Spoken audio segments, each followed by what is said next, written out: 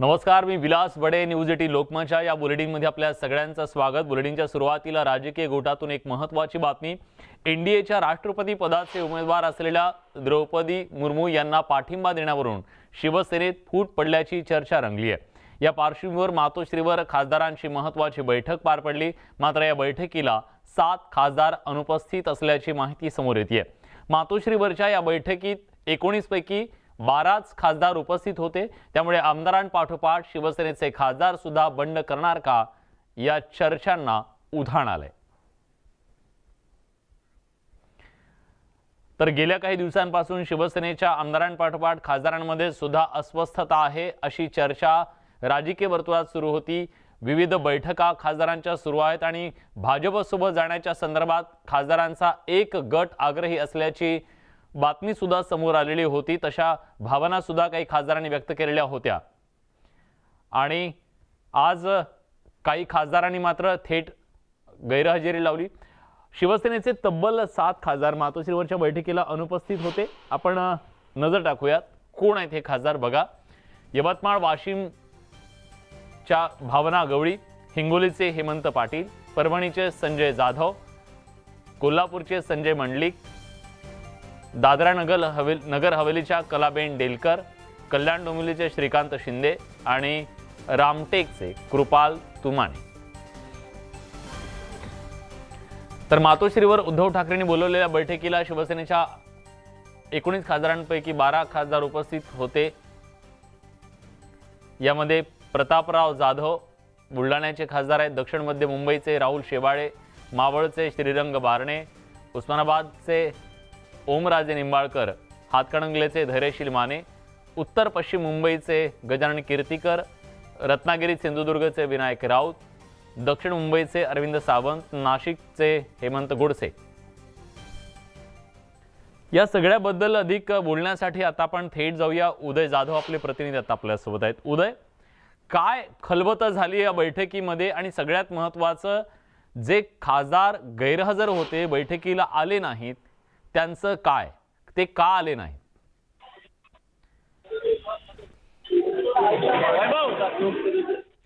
उदय, माझा आवाज तुमच्यापर्यंत पोहोचतोय?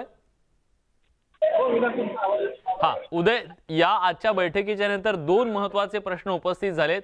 एक म्हणजे बैठकीत काय ठरलं आणि दुसरं बैठकीला अनुपस्थित असणाऱ्या खासदारांच्या मनात काय, का ते गैरहजर होते?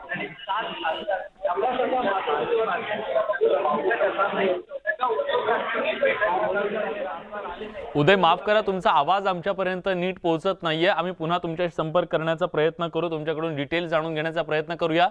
पण शिवसेनेच्या खासदारांची महत्त्वाची बैठक आज मातोश्रीवर पार पडली आणि या बैठकीमध्ये 7 खासदार अनुपस्थित असल्याचं समोर आलं.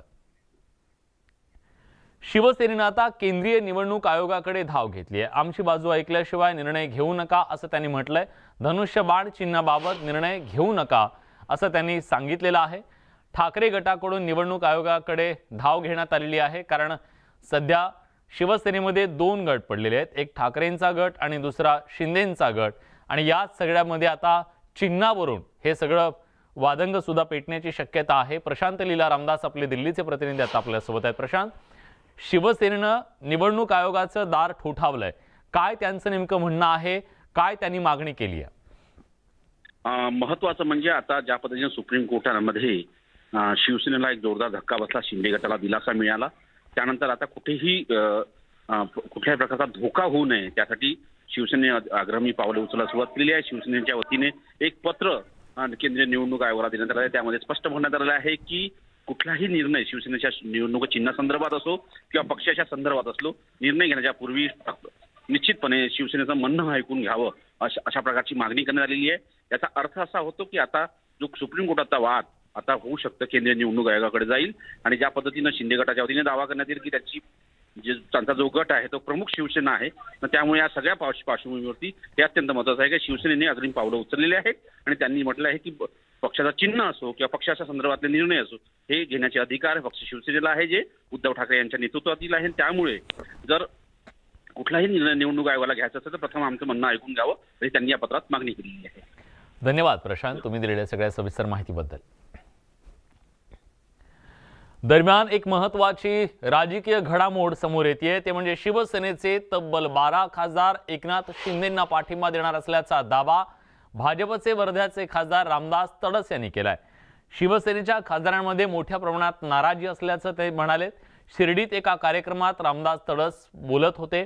शिवसेना आमदारांपाठोपाठ खासदार सुद्धा भाजपसोबत जायला इच्छुक असल्याची चर्चा राजकीय वर्तुळात आधीपासून होतीच। तशाबद्दलच्या भावना सुद्धा काही खासदारांनी व्यक्त केलेल्या होत्या। त्यात भाजपचे खासदार रामदास तडस यांनी शिवसेनेच्या खासदारांच्या नाराजीला दुजोरा देत 12 खासदार एकनाथ शिंदे गटाला पाठिंबा देणार असल्याचा दावा केल्यानं राजकीय वर्तुळात एकच खळबळ उडाली आहे। शिवसेनेच्या खासदारांमध्ये आणि आपण पाहिलं चित्र खासदार सुद्धा जवळजवळ 12 खासदार हे एकनाथजी शिंदे यांच्या नेतृत्वाखाली ज्या शिवसेनेचा दुसरा गट आहे त्यामध्ये लवकरच त्यांना पाठिंबा देणार आहे। आणि आखरी विकासाच्या दृष्टीने जनतेने निवडून दिले राहते तर विकासच झाला नाही तर त्यामध्ये नाराजी राहते आणि म्हणून विकासाच्या दृष्टीने या देशाचे प्रधान नरेंद्र मोदीचे हात बळकट करण्याकरता आणि देशाचं संरक्षण करण्याकरता हिंदुत्व टिकवण्याकरता एकनाथजी शिंदे यांच्या नेतृत्वाखाली हे 12 खासदार या ठिकाणी येणार। एनडीएच्या राष्ट्रपती पदाच्या उमेदवार द्रौपदी मुर्मू येत्या 14 जुलै रोजी मुंबईत प्रचारासाठी येणार आहेत। आज शिवसेनेनं एनडीएच्या उमेदवार द्रौपदी मुर्मू यांना अधिकृत पाठिंबा जाहीर केला तर 14 जुलै रोजी द्रौपदी मुर्मू शिवसेना पक्षप्रमुख उद्धव ठाकरे यांचे आभार मानण्यासाठी मातोश्रीवर येऊ शकतात। त्यासाठी शिवसेनेच्या खासदारांचं एक शिष्टमंडळ द्रौपदी मुर्मू यांना भेटणार असल्याची सुद्धा माहिती वरिष्ठ सूत्रांनी दिली आहे। शिंदे गटातील आमदारांना सुप्रीम कोर्टाने मोठा दिलासा दिलाय। सुनावणी होईपर्यंत आमदारांवर कारवाई नको अशा सूचना विधानसभा अध्यक्षांना सुप्रीम कोर्टाने दिल्यात। तातडीच्या सुनावणीला सुप्रीम कोर्टाने नकार दिलाय। त्यामुळे अपात्रतेची टांगती तलवार डोक्यावर असलेल्या शिवसेनेच्या त्या 16 आमदारांना मोठा दिलासा मिळाला आहे। लवकरच खंडपीठ स्थापन करून तारीख देणार असून या प्रकरणाच्या सुनावणीला वेळ लागेल असं सरन्यायाधीशांनी म्हटलंय।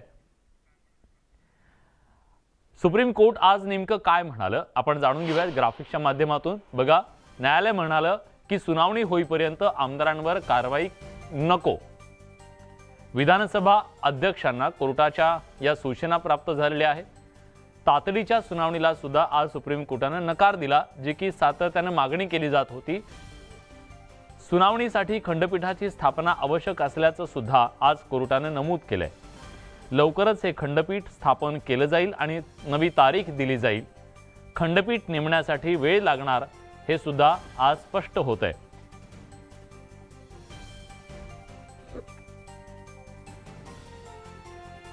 त्यामुळे आज एकनाथ शिंदे गटाला एक मोठा दिलासा सुप्रीम कोर्टाकडून मिळालेला आहे। दरम्यान माजी प्रधान सचिव डॉक्टर अनंत कळसे यांनी या संपूर्ण घडामोडींच्या संदर्भात नेमकं काय भाष्य केलंय जाणून घेऊया। हा जो निर्णय सर्वोच्च न्यायालयाने घेतला आणि हे सगळे प्रश्न सेटल करण्यासाठी जो निर्णय येईल तो अत्यंत उत्तम असा निर्णय येईल आणि त्याला एक लँडमार्क जजमेंट आपण म्हणू, मैलाचा दगड असं म्हणू संसदीय लोकशाहीच्या इतिहासात हा निर्णय सर्वोच्च न्यायालय देईल। पण यामध्ये एवढंच आहे की हा खंडपीठाकडे सोपवण्याचा निर्णय घेतला आहे आणि खंडपीठ स्थापन करण्याची प्रक्रियासुद्धा थोडीशी किचकट गुंतागुंतीची आहे आणि त्या संदर्भात सुप्रीम कोर्टाला काही कालावधी निश्चित लागण्याची अपेक्षा आहे आणि त्या दरम्यान ह्या 16 सदस्यांच्या अपात्रतेच्या संदर्भात आता सध्या तरी गव्हर्नमेंटला काही विशेष असं आता सध्या काही वाटत नाही, धोका नाही आहे। प्रत्येक भारतीय नागरिकास जे अपेक्षित असतं त्या प्रकारचा न्याय सर्वोच्च न्यायालय, माननीय सर्वोच्च न्यायालय आणि न्यायालय हे देत असतात।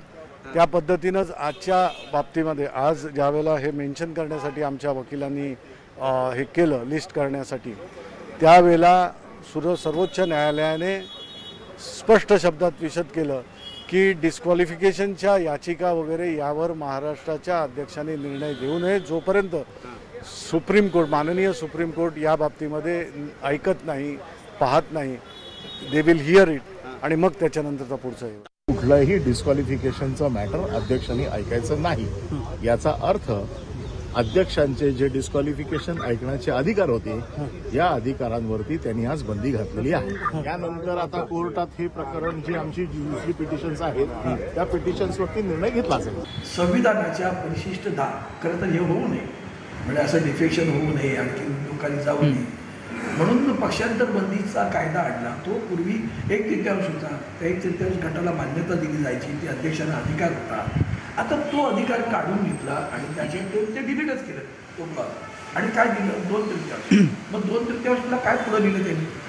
2/3 सदस्य बाहेर पडू शकतात, पण त्यांचा एक गट म्हणून त्याला प्रस्थापित करता येणार नाही। असं असताना सुद्धा इतके गेले 2-3 आठवडे आपण पाहताय तो गट कोण? तो कायद्यात जो मर्ज करायचं सांगितलेलं आहे, म्हणजे कायद्याची धज्जी उडवताय ना तुम्ही। त्याबद्दल आदरणीय सर्वोच्च न्यायालय पण गप्प आहे, सगळेच गप्प आहे। आज त्यांनी असं काहीतरी निर्णय दिला की माननीय अध्यक्षांनी कुठला निर्णय घेऊ नये। हा निर्णय विरोधातच जाण्याची जास्त शक्यता आहे असं घटनातज्ञांचं म्हणणं आहे। त्यामुळे आजचं हे जे सरकार आहे असंवैधानिक सरकार आहे। यांनी घेतलेले सर्व निर्णय असंवैधानिक आहे आणि राजकीय गोष्ट याच्यामध्ये सर्वात मोठी अशी आहे की शिवसेना संपवण्याच्या नादात आपल्या हातात शिवसेना येईल असे भोळे भाबडे शिवसैनिक आमदार जे आहे त्यांना हे कळायला पाहिजे की त्यांना सुद्धा भाजप नंतर सोडून देणार, वापरो और छोड़ दो या तत्वानुसार। त्यामुळे एक अघोषित आणीबाणी जी या देशामध्ये भाजपनं लावलेली आहे। ठाकरे सरकारमध्ये शिवबंधन बांधून मंत्रिपद मिळवलेल्या अपक्ष आमदार शंकरराव गडाख यांनी उद्धव ठाकरेंना साथ देण्याचा निर्णय घेतलाय। सत्ता असो वा नसो आपण उद्धव ठाकरेंसोबतच राहणार असल्याचं त्यांनी स्पष्ट केलंय। शिंदे गटानं केलेल्या बंडखोरीनंतर अहमदनगर जिल्ह्यातल्या सोनई इथल्या आमदार शंकरराव गडाख यांच्या निर्णयाकडे सगळ्यांचं लक्ष लागलं होतं। आज त्यांनी आपल्या मतदारसंघात कार्यकर्ता मेळावा घेत आपण उद्धव ठाकरेंसोबत राहणार असल्याचं स्पष्ट केलं। या संदर्भात शंकरराव गडाख यांच्याशी संवाद साधलाय आमचे प्रतिनिधी हरीश दिमोटे यांनी। उद्धव ठाकरेंबरोबर असलेले अनेक आमदार ज्यांनी अनेक वर्ष शिवसेनेसाठी काम केलं त्यांनी मात्र उद्धव ठाकरेंची साथ सोडली। मात्र अपक्ष असूनही शिवसेनेची साथ देणारे शंकरराव गडाख आजही त्यांच्या सोबत आहेत। त्यांनी कार्यकर्ता मेळाव्यात तसा निर्णय घेतलाय, स्वतः ते आपल्या सोबत आहेत। आज मेळावा या ठिकाणी पार पडलाय आणि तुम्ही शिवसेनेसोबतच राहण्याचा निर्णय घेतलाय, काय त्या मागची सगळी भूमिका आहे? मी जाहीरपणे सांगितलं की एका परिस्थितीमध्ये मी शिवसेनेबरोबर आलो, अपक्ष होतो। आल्यानंतर कामकाज करत असताना अनेक अडचणी सरकार चालवताना उद्धव साहेबांना आल्या, पक्ष फुटला, याचं वाईट वाटतं। परंतु हे सगळं होत असताना मी मात्र ठामपणे निर्णय घेतला होता की उद्धव साहेबांबरोबर राहायचं। जेव्हा शिंदे समर्थकांनी उद्धव ठाकरेंची साथ सोडली आणि बाजूला जाण्याचा निर्णय घेतला तेव्हा तुम्हाला देखील असं वाटलं होतं का? तुमची देखील काय घालमेल सुरू होती? असं काही होऊ शकेल असा विश्वासच सुरुवातीला वाटला नाही, परंतु त्यानंतर 2-3 दिवसामध्ये हळूहळू ती संख्या वाढायला लागली आणि वाईट वाटलं की अशा पद्धतीने व्हायला नको होतं, परंतु ते झालं। परंतु हे सगळं होत असताना साहजिक आहे की मोठा निर्णय असतो, परंतु सगळ्या बाजूचा विचार करून मी फायदा तोटा हे न पाहता हा निर्णय घेतला आणि त्या निर्णयाशी ठाम राहण्याचा प्रयत्न मी करतो। भविष्यात देखील तुमची वाटचाल शिवसेनेसोबत उद्धव ठाकरेंसोबतच राहणार आहे? आता मी सांगितल्याप्रमाणे अनेक गोष्टी आता होणार आहेत। न्यायालयाचा निर्णय प्रलंबित आहे आणि हे सगळं झाल्यानंतर एकत्र बसून निर्णय घ्यायचा आहे। मी उद्धव साहेबांना कालच फोन केला, त्यांनी सांगितलं की मेळावा वगैरे घ्या, त्यानंतर या आपण बसू, भेटल्यानंतर पुढची दिशा ही ठरली जाणार आहे। आता उद्धव ठाकरेंशी यांची चर्चा होणार आहे आणि पुढची दिशा ठरणार आहे। मात्र कुठेतरी कार्यकर्त्यांच्या ज्या भावना आहेत त्या त्यांनी आज जाणून घेतल्या आणि उद्धव ठाकरेंना साथ देण्याचा निर्णय शंकरराव गडाख यांनी घेतला आहे। हरीश दिमोटे, न्यूज 18 लोकमत, अहमदनगर। आमच्यावर अनेकदा दबाव टाकला गेला, धाक दाखवला गेला, मात्र आम्ही ठाम राहिलो असं वक्तव्य ज्येष्ठ नेते यशवंतराव गडाख यांनी केलंय। राजकारण सतत बदलत असतं, मात्र ज्यांनी प्रेम दिलं त्या उद्धव ठाकरेंसोबत कायम राहणार असल्याचं यशवंतराव गडाख यांनी सुद्धा स्पष्ट केलंय।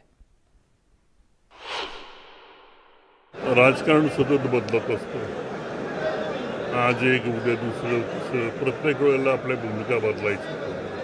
हे काही बरोबर नाही। ज्या माणसानं एवढं आपल्यावरती प्रेम केलं, एवढा आपल्याला विश्वास दिला, फ्री हँड दिला. राजकारणात त्या माणसाबरोबर राहणं हे आपलं कर्तव्य आहे. संघटना आपली आहे तशीच मजबूत आहे आणि म्हणून इथून पुढच्या काळातही त्यांच्याबरोबरच राहणार. हिंगोलीतले शिवसेनेचे बंडखोर आमदार संतोष बांगर यांची शिवसेना जिल्हा प्रमुख पदावरून हकालपट्टी करण्यात आली आहे. शिवसेना प्रमुख पक्षप्रमुख उद्धव ठाकरे यांचे विश्वासू म्हणून संतोष बांगर ओळखले जायचे. मात्र त्यांनी मुख्यमंत्री एकनाथ शिंदे गटात सामील होत पक्षाशी बंडखोरी केली. त्यानंतर त्यांना जिल्हा प्रमुख पदावरून हटवण्यात आले. त्यामुळे आता शिवसेनेला हिंगोलीत नवीन जिल्हा प्रमुख कोण मिळेल याकडे शिवसैनिकांचं लक्ष लागलंय. ऐनवेळी शिंदे गटात सामील झालेले हिंगोलीचे शिवसेनेचे आमदार संतोष बांगर यांची जिल्हा प्रमुख पदावरून हकालपट्टी करण्यात आली. मात्र संतोष बांगर यांनी उद्धव ठाकरेंचा हा आदेश मानायला नकार दिलाय.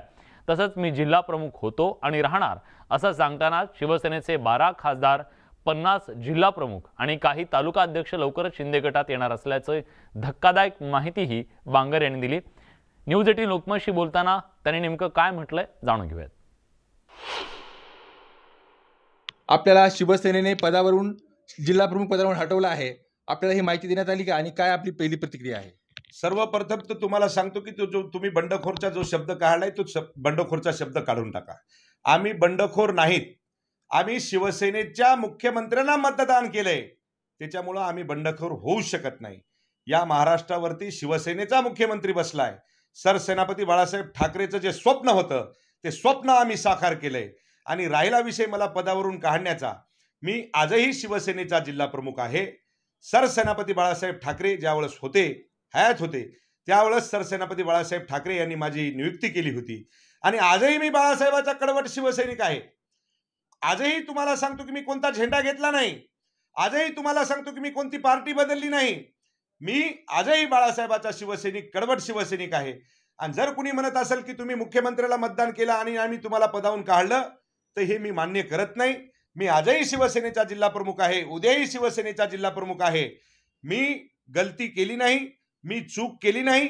आज तुम्हाला सांगतो की 40 आमदार तर इकडे आलेत, 12 खासदार सुद्धा इकडे येण्याच्या तयारीत आज उद्या येणार आहेत. 50 जिल्हा प्रमुख इकडे येणार आहेत, काही तालुका प्रमुख इकडे येणार आहेत. सन्माननीय माननीय उद्धवजी ठाकरे साहेबांना मला कळकळीची विनंती करायची आहे की साहेब, हे आजूबाजूचे जे तुमच्या काही चांडाळ चोकडी लोक आहेत त्या लोकांना थोडंसं बाजूला करा. आणि जे नवीन काही तुम्हाला सांगतो की तुमची दिशाभूल करण्याचं जे काम करत आहेत, उद्धव साहेबांसारखा नेता नाही, पण साहेब हे लोक जे आहेत हे आपल्याला दिशाभूल करण्याचं काम करत आहेत, हे थोडंसं बाजूला करा. उद्धव ठाकरे हे सुद्धा शिवसेनेचेच मुख्यमंत्री होते, त्यामुळे आपल्याला असा निर्णय का घ्यावा लागला? आपल्याला काही आश्वासन देण्यात आलं होतं का एकनाथ शिंदे यांच्या गटाकडून, किंवा आणखी काही होतं का? मला कुठल्याही प्रकारचं आश्वासन नाही. मी ज्या दिवशी तुम्हाला सांगतो की सन्माननीय उद्धवजी ठाकरे साहेबांनी वर्षा बंगला सोडला, मी त्यावेळेस सन्माननीय उद्धवजी ठाकरे साहेबांसोबत होतो. पण तुम्हाला सांगतो की ज्यावेळेस मुख्यमंत्री पदाचा साहेबांनी राजीनामा दिला आणि दुसरे मुख्यमंत्री सन्माननीय एकनाथभाई शिंदे हे शिवसेनेचे मुख्यमंत्री होण्यासाठी तिथे विराजमान झाले, त्यावेळेस मतदानाचा अधिकार, जर माझं एक अमूल्य मत जर मी माझ्या शिवसेनेच्या मुख्यमंत्र्याला जर करू शकलो नाही, तर मला वाटते की मी शिवसेनेचा आमदार म्हणून घेण्याच्या लायकीचा नाही. मंत्रिपदाच्या लालचीपोटी मी जाणारा शिवसैनिक नाही. मी बाळासाहेबाचा कडवट शिवसैनिक आहे. बाळासाहेबांनी ज्या पद्धतीने आम्हाला आदेश देत होते त्या आदेशाचं पालन करत तुमच्या माहितीसाठी मी आज इथपर्यंत आलेलो आहे. माझ्यावर शिवसेनेसाठी अनेक काही केसेस झालेले आहेत. मी कधीही तुम्हाला सांगतो की मी शिवसेनेवर जर कोणी जर ब्रशब्द जर काढला तर एक घाव दोन तुकडे करणारा मी शिवसैनिक आहे, ध्यानात ठेवा. मी सहन करणारा शिवसैनिक नाही. मागील 14 वर्षापासून संतोष जे आपण जिल्हा प्रमुख सांभाळतात, नवीन जो जिल्हा प्रमुख येईल त्याला हे पद सांभाळता येईल का? कारण खूप मोठं संघटन करावं लागणार आहे आणि आपण ज्या प्रकारे सत्ता स्थानं काबीज केली होती शिवसेनेच्या माध्यमातून, ते होणार आहे का नवीन जिल्हा प्रमुखाला? काय राहील यामध्ये नेमकं? मला वाटते दुसरा जिल्हा प्रमुख होणं हे चुकीचंच आहे. हा जिल्हा प्रमुखाचा होणारच कसा? शिवसेनेमध्ये मी जिल्हा प्रमुख आहे, मग दुसरा जिल्हा प्रमुख होईल कसा? अरे मी ज्यावेळेस जिल्हा प्रमुख आहे, मी राजीनामा दिला नाही, मी कुठे गेलो नाही, मी बंड केला नाही, मी बंडखोरी केली नाही, आणि उगीच तुम्ही म्हणता की दुसरा जिल्हा प्रमुख होणार आहे. दुसरा जिल्हा प्रमुख होणच नाही. शिवसेनेचा जिल्हा प्रमुख मी आहे आणि मीच राहणार. मनीष खरात, न्यूज 18 लोकमत, हिंगोली. ब्रेक नंतर तुमचं पुन्हा एकदा स्वागत.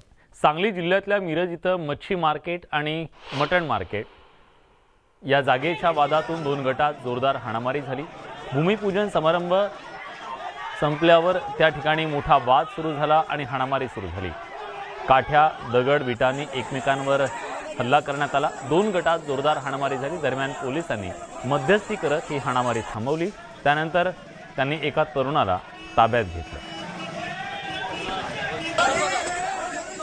तर मोठा जमाव यावेळी जमला होता आणि 2 गटात ही जोरदार अशी हाणामारी झाली। परिस्थिती नियंत्रणात आणण्यासाठी पोलीस वेळीच तिथं दाखल झाले आणि दोन्ही गटांना शांत करण्याचा प्रयत्न केला।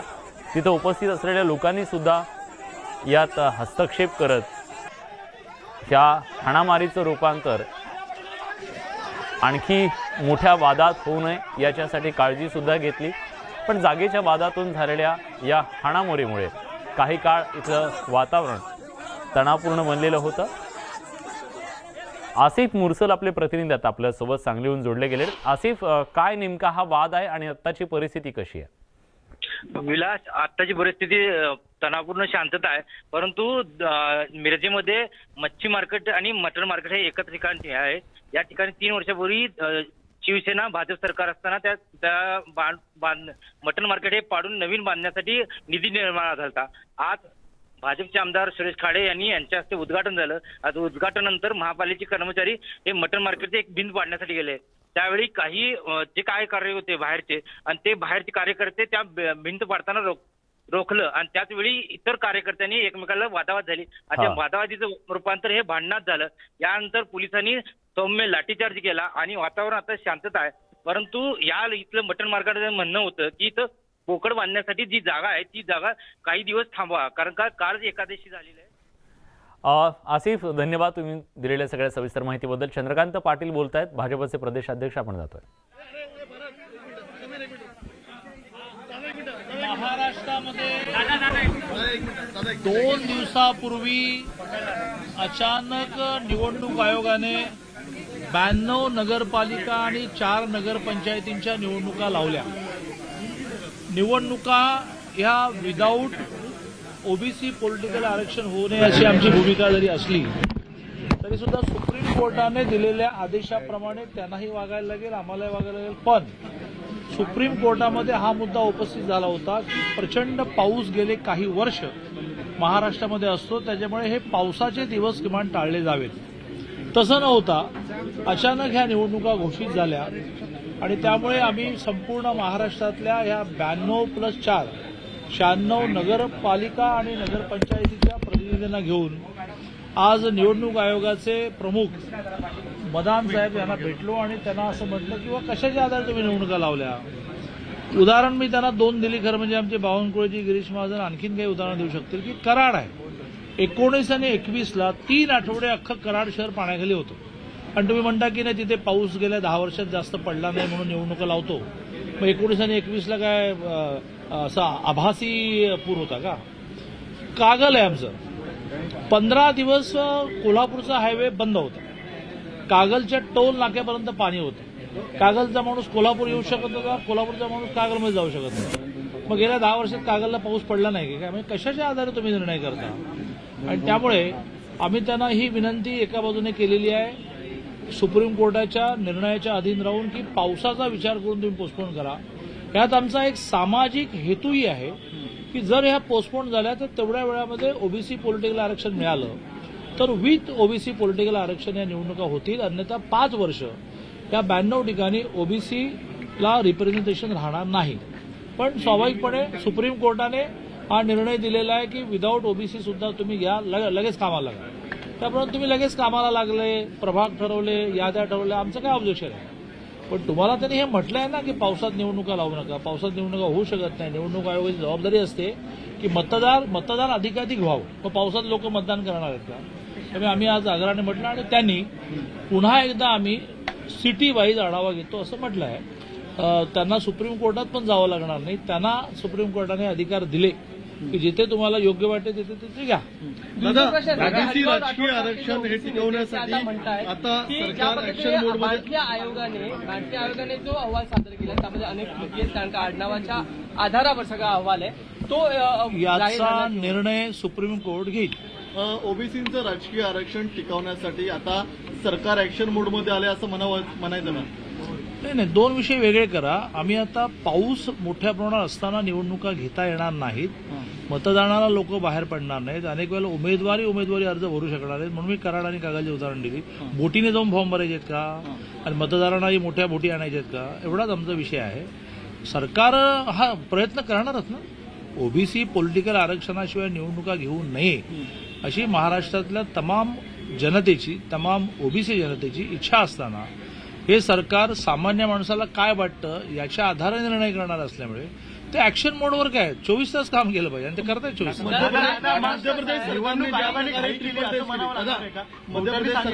मध्यप्रदेश सरकारने ज्या प्रकारे ट्रिपल टेस्ट केली त्या प्रकारे महाराष्ट्र राज्य ट्रिपल टेस्ट करण्यासंदर्भात सगळी प्रशासकीय यंत्रणा कामाला लावेल आणि लवकरात लवकर ट्रिपल टेस्ट सुप्रीम कोर्टामध्ये सादर करेल.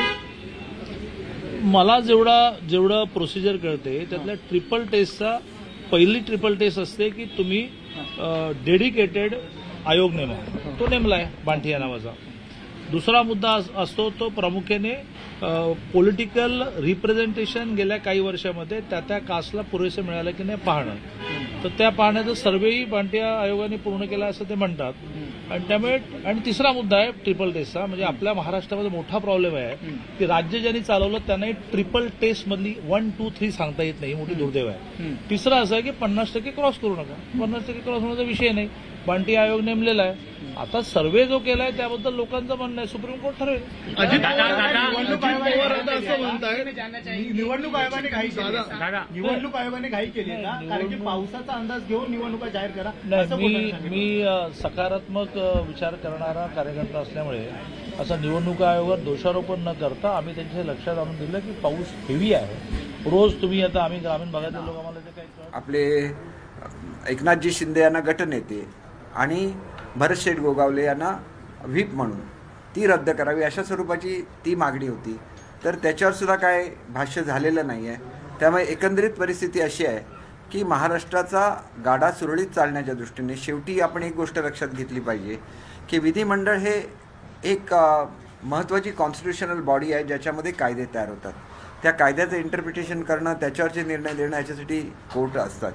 आणि त्याच्यामुळे आतापर्यंतच्या एकंदरीत तुम्ही कोर्टाच्या संदर्भात त्यांनी केलेले जर जे बोललेलं आहे त्या संदर्भात असं म्हणतात की आम्ही शक्यतो कमीत कमी इंटरफिअरन्स हा विधानसभेच्या कामामध्ये करण्याचा त्यांचा प्रयत्न असतो. ही वस्तुस्थिती आहे. तुम्ही कुठलीही केस वाचून बघा, त्याच्यामध्ये असंच म्हटलेलं असतं. एकदम टोकाची जर परिस्थिती निर्माण झाली तरच सुप्रीम कोर्ट किंवा हायकोर्ट त्याच्यामध्ये आपण इंटरव्हीन करत असतं आणि मग त्याच्यावर आपण निर्णय देत असतो. त्याच्यामुळे ज्याला सरकार स्थापन होतं, विधिमंडळाला अनेक दिवस अध्यक्ष नव्हते. ही परिस्थिती कुठल्याही राज्याला फारशी शोभादायक नाही. आणि अशा परिस्थितीमध्ये अध्यक्षांची निवड होणे हे विधानसभेचं कामकाज सुरळीत चालवण्याच्या दृष्टीने महत्त्वाचं असतं. ज्याला एखादा सरकार किंवा मुख्यमंत्री राजीनामा देतात त्यावेळेला नवीन मुख्यमंत्री येणं, नवीन त्या ठिकाणी सरकार येणं ही आवश्यकता स्टेटच्या दृष्टीने असते आणि त्याच्यामुळे ती इमर्जन्सी असते. मागच्याला बघा आपल्याकडे जो निर्णय झाला महाराष्ट्रामध्ये, त्यांनी म्हटलेलं होतं की 2 दिवसाच्या आत तुम्ही निवडणुका लावा, त्याला सिनियर मोस्ट असेल त्याला अध्यक्ष नेमा आणि कशा पद्धतीने घ्यायची, उघड मतदानाने घ्यायचं, ही सुद्धा त्यावेळेला सुप्रीम कोर्टाने जो निर्णय दिला त्याप्रमाणे ती इलेक्शन झालेली होती. कारण त्यावेळेला परिस्थिती अशी होती की अनेक दिवस महाराष्ट्रामध्ये सरकार नव्हतं. आता विधानसभेची त्या ठिकाणी निवडणूक झालेली आहे. फक्त विधान परिषदेच्या सभापतींची निवडणूक अजून व्हायची आहे.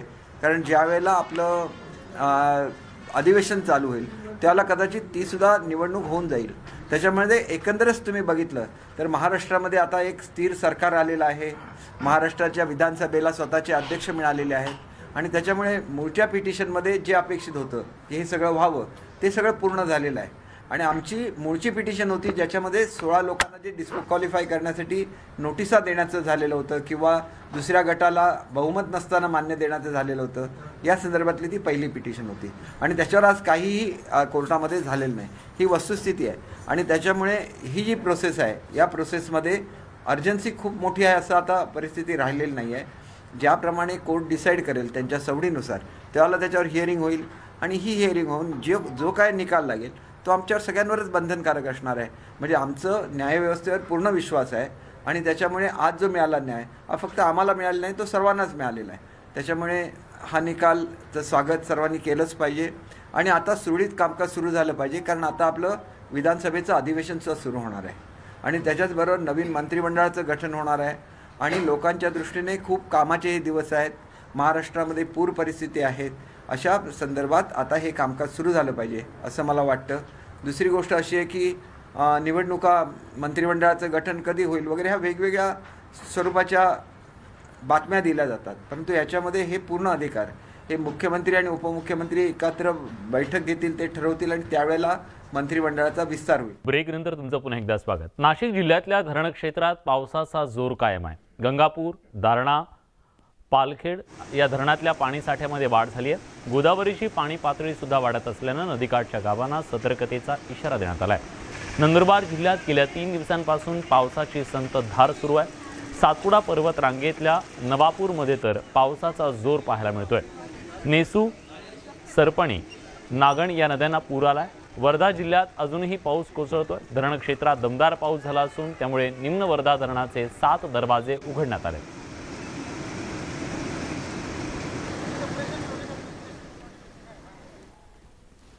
तिकडे गडचिरोलीमधल्या मेडीगट्टा धरणाचे 81 दरवाजे उघडण्यात आले. धरण क्षेत्रात झालेल्या मुसळधार पावसानं धरणाच्या पाणीसाठ्यात मोठी वाढ झाली आहे. त्यामुळे धरणातून विसर्ग केला जातोय.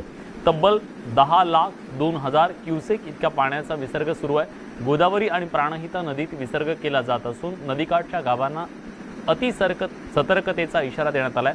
जळगाव जिल्ह्यातल्या भुसावळ तालुक्यात मुसळधार पाऊस कोसळतोय. त्यामुळे हतनूर धरणाचे 4 दरवाजे पूर्णपणे उघडण्यात आलेत, तर 20 दरवाजे 1 मीटरनं उघडण्यात आले. धरणातून तापी नदी पात्रात 38,105 क्युसेक पाण्याचा विसर्ग करण्यात येतोय. या पार्श्वभूमीवर तापी नदीकाठच्या 26 गावांना सतर्कतेचा इशारा देण्यात आलाय. मावळ तालुक्यात दमदार पाऊस कोसळतोय. मावळसह पिंपरी चिंचवडकरांची पाण्याची चिंता मिटली आहे. पाऊस असाच सुरू राहिला तर पवना धरण लवकरच 100% भरण्याची शक्यता आहे. धरणातील पाणीसाठा 31% आहे. हाच पाणीसाठा गेल्या आठवड्यात 16% इतका होता.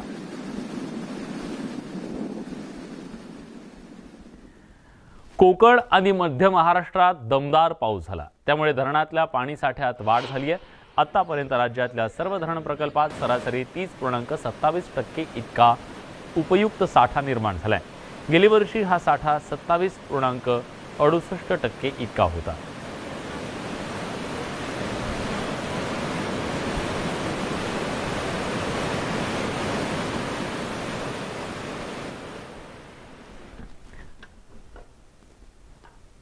तर धरणातला हा पाणीसाठा आपण बघतो. मेडीगट्टामध्ये 95% इतका पाणीसाठा आहे. हतनूर धरणात 95%, पवना धरणात 100% होऊ शकतो.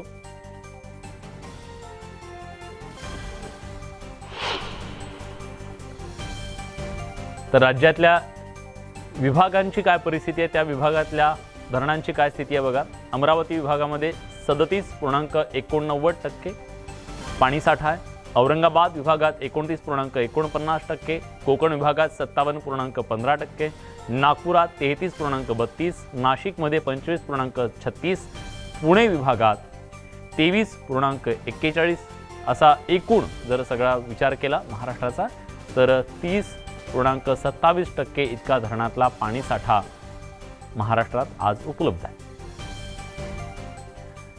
गेल्या 24 तासांपासून नाशिकमधल्या कळवण, पेंड, सुरगाणा तालुक्यामध्ये मुसळधार पाऊस कोसळतोय.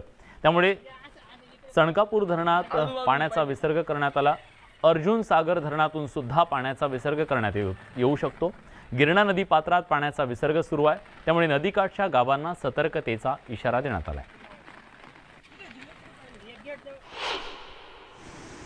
नाशिक जिल्ह्यातल्या धरण क्षेत्रात पावसाचा जोर कायम आहे. गंगापूर, दारणा, पालखेड धरणातल्या पाणीसाठ्यात वाढ झाली आहे. गंगापूर धरणातून आज दुपारी 1000 क्युसेक इतक्या पाण्याचा विसर्ग गोदावरी नदी पात्रात करण्यात आला.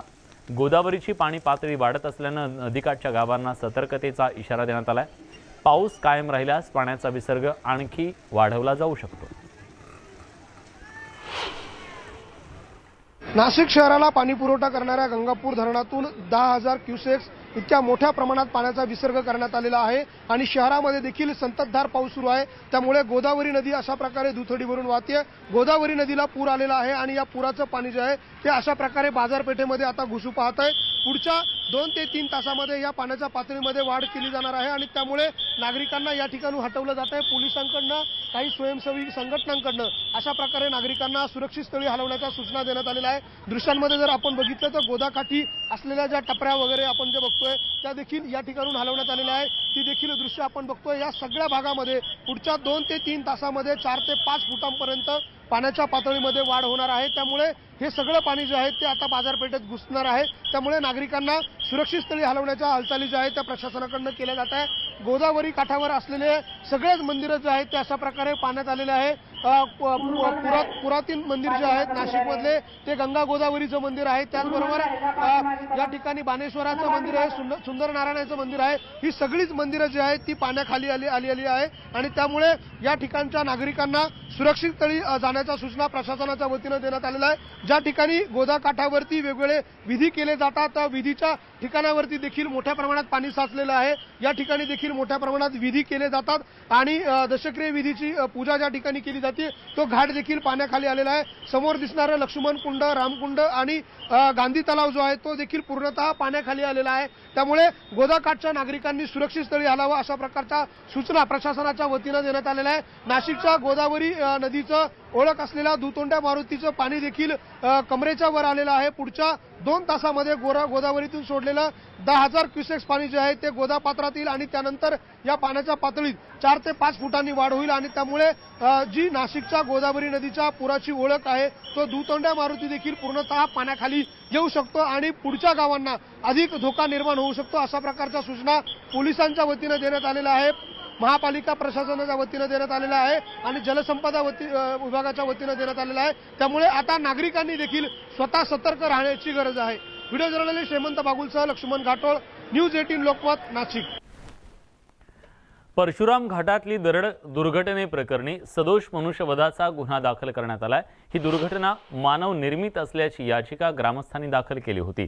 या प्रकरणी चिपळूण पोलीस स्टेशनमध्ये 9 जणांवर सदोष मनुष्यवधाचा गुन्हा दाखल करण्यात आलाय। यात 5 कंपनी डायरेक्टरसह 4 अधिकाऱ्यांचा समावेश आहे। गेल्या वर्षी 22 जुलैला झालेल्या अतिवृष्टीमुळे परशुराम घाटातली दरड कोसळून 3घांचा मृत्यू झाला होता तर 6 घरांचं नुकसान झालं होतं। गुन्हा नोंदवला, FIR नोंदवला, मनुष्यवधाचा 304 या खाली FIR नोंदून या सर्व ग्रामस्थांना न्याय द्यायचा प्रयत्न केला। या संदर्भात मी पोलिसांना सुद्धा मी अभिनंदन बोलतो। त्यांनी सुद्धा आमच्या या न्यायालयीन लढाईला साथ देऊन FIR नोंदवलं। मुंबई गोवा महामार्गावरील पर्यायी रस्त्यावर वाहनांच्या रांगा लागल्या। परशुराम घाट वाहतुकीसाठी बंद करण्यात आलाय। त्यामुळे पर्यायी मार्ग असणाऱ्या चिरणी आमडस मार्गे लोटे इथं जाणाऱ्या रस्त्यावर वाहनांच्या रांगा लागल्यात। मुंबईच्या दिशेने जाणाऱ्या असंख्य गाड्या चिरणीमध्ये अडकून पडल्यात।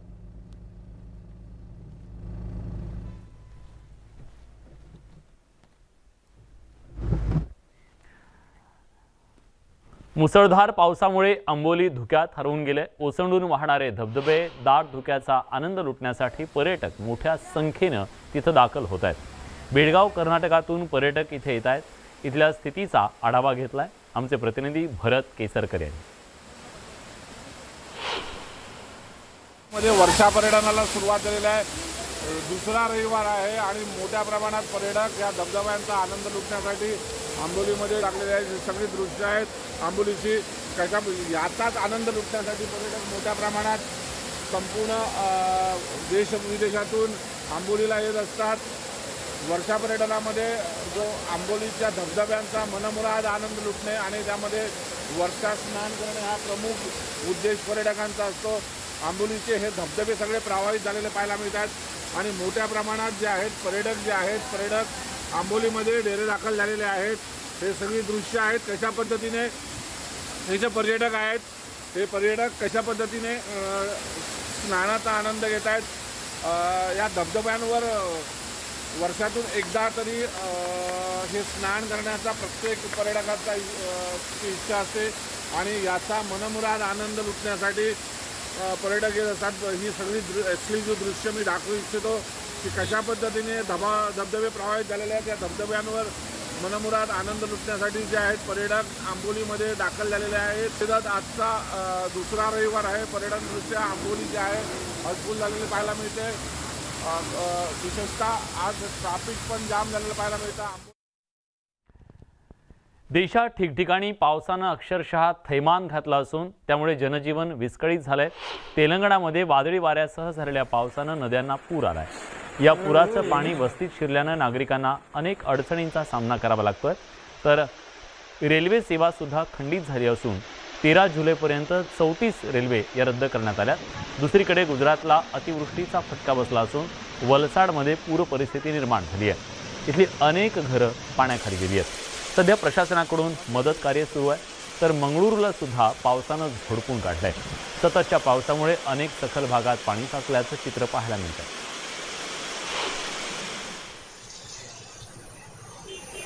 देशात पावसानं अक्षरशः दाणादाण उडवून दिली आहे।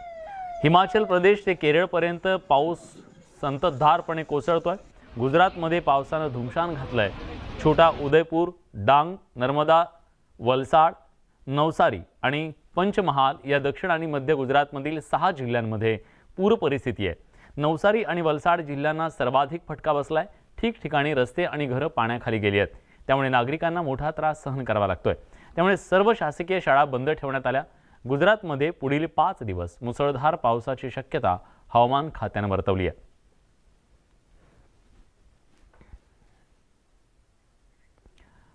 पुण्यश्लोक अहिल्यादेवी होळकर सोलापूर विद्यापीठाच्या समोर पुन्हा एकदा विद्यार्थ्यांनी आंदोलन पुकारलंय। प्रहार संघटनेच्या नेतृत्वाखाली शेकडो विद्यार्थी विद्यापीठाच्या समोर ठिय्या मांडून बसलेत। परीक्षेतल्या जाचक अटी रद्द कराव्यात अशी विद्यार्थ्यांची मागणी आहे। काही दिवसांपूर्वी वस्तुनिष्ठ पद्धतीने परीक्षा घेण्यात यावी अशी मागणी विद्यार्थ्यांनी केली होती। मात्र वस्तुनिष्ठ परीक्षा घेत असताना विद्यापीठाने जाचक अटी लावल्याचा विद्यार्थ्यांचा आरोप आहे।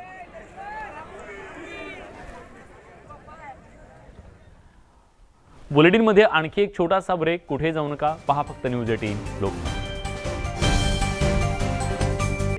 आता विम्बल्डनच्या माध्यमातून किंवा टेनिसच्या माध्यमातून एक नवा खेळाडू ऐश्वर्य बनून आज कोल्हापूरच्या शिरपेचात मानाचा तुरा करतोय। तिला पुढील वाटचालीसाठी शुभेच्छा देऊया। यासोबत बुलेटिनमध्ये आपण इथेच थांबतोय। ताज्या घडामोडींसाठी बघत रहा न्यूज 18 लोकमत।